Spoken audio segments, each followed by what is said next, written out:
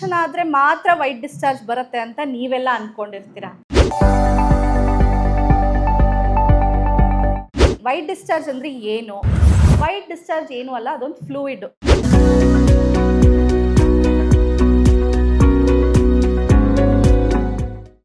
ಈಗ normal white discharge ಅಂದರೆ ಏನು?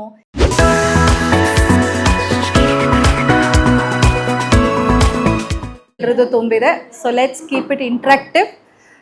ಯಾವುದೇ ಥರದ್ದು ಕ್ವೆಶ್ಚನ್ನು ಸಂಕೋಚ ಇಲ್ಲದೆ, ಎಂಬ್ಯಾರೆಸ್ ಆಗದೆ ಕೇಳೋದಕ್ಕೆ I will request everybody. So ಏನು ಹೇಳಬೇಕು ಅಂತ ಹೇಳಿದ್ರೆ, ಟುಡೇ ಅವರು ನೆನ್ನೆ ಹೇಳಿದಾಗ ನಾನು ಅಂದ್ಕೊಂಡೆ ಏನು ಮಾತಾಡೋದಪ್ಪ ಇಷ್ಟು ಶಾರ್ಟ್ ನೋಟಿಸಲ್ಲಿ ಹೇಳಿದ್ರು ಅಂತ.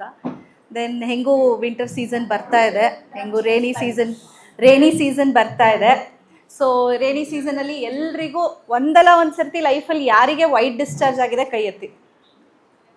At least once in a life time ಯಾರಿಗಾದರೂ ವೈಟ್ ಡಿಸ್ಚಾರ್ಜ್ ಆಗಿದ್ರೆ ಕೈ ಎತ್ತಿ. ಇಂಪಾಸಿಬಲ್, ಬರೀ ಇಷ್ಟು ಜನಕ್ಕಾಗಿರೋದು ಮಾತ್ರ ಡೆಫಿನೆಟ್ಲಿ ಇಂಪಾಸಿಬಲ್. ಸೊ ಇದೇ ಸಂಕೋಚನ ತೆಗೆದು ಹಾಕೋದಕ್ಕೆ ಇಸ್ ಮೈ ಇದು.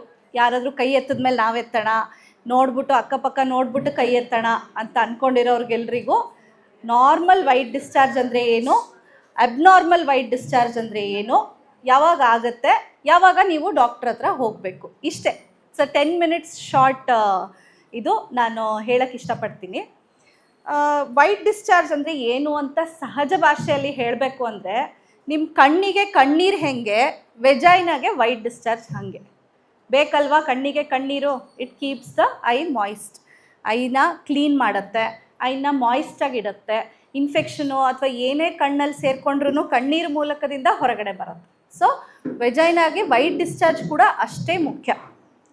ಈಗ ವೆಜೈನಾ ಅಲ್ಲಿ ಯಾವುದೇ ಥರದ ಇನ್ಫೆಕ್ಷನ್ ಆದರೆ ಮಾತ್ರ ವೈಟ್ ಡಿಸ್ಚಾರ್ಜ್ ಬರುತ್ತೆ ಅಂತ ನೀವೆಲ್ಲ ಅಂದ್ಕೊಂಡಿರ್ತೀರ. ಅದಕ್ಕೋಸ್ಕರ ಸಂಕೋಚ ಪಟ್ಕೊಂಡು ಹೆಂಗಪ್ಪ ಹೇಳೋದು ಅಂದ್ಕೊಂಡು ಕೈ ಎತ್ತಿರಲ್ಲ. ಕರೆಕ್ಟ್? ಆ ಥರ ಮಾಡಿರೋರು ಎಷ್ಟು ಜನ ಇವತ್ತು? ಎವ್ರಿಬಡಿ. ಇನ್ನೂ ಸಂಕೋಚ ಪಡ್ತಾ ಇದ್ದೀರಾ? Okay, hopefully after 10 minutes I will change your perspective. ನಿಮ್ಮ ಅನಿಸಿಕೆನ ನಾನು ಚೇಂಜ್ ಮಾಡಬಹುದು ಅಂತ ಅಂದ್ಕೊಂಡಿದ್ದೀನಿ. So first thing, white discharge ಅಂದರೆ ಏನು? ವೈಟ್ ಡಿಸ್ಚಾರ್ಜ್ ಏನೂ ಅಲ್ಲ, ಅದೊಂದು ಫ್ಲೂಯಿಡ್. ಎಲ್ಲಿಂದ ಬರುತ್ತೆ? ಗರ್ಭಕೋಶದ ಕಂಠ, ಗರ್ಭಕೋಶದಿಂದ ಹೊರಗೆ ಬರುವಂಥ ಸೆಲ್ಸನ್ನು ವೆಜೈನಾದಲ್ಲಿ ಕಲೆಕ್ಟ್ ಆಗಿ ಅದು ವೈಟ್ ಡಿಸ್ಚಾರ್ಜ್ ಆಗಿ ಬರುತ್ತೆ. ಸೊ ಸಹಜವಾಗಿ ಎಲ್ರಿಗೂ ವೈಟ್ ಡಿಸ್ಚಾರ್ಜ್ ಆಗೋದು ನಾರ್ಮಲ್.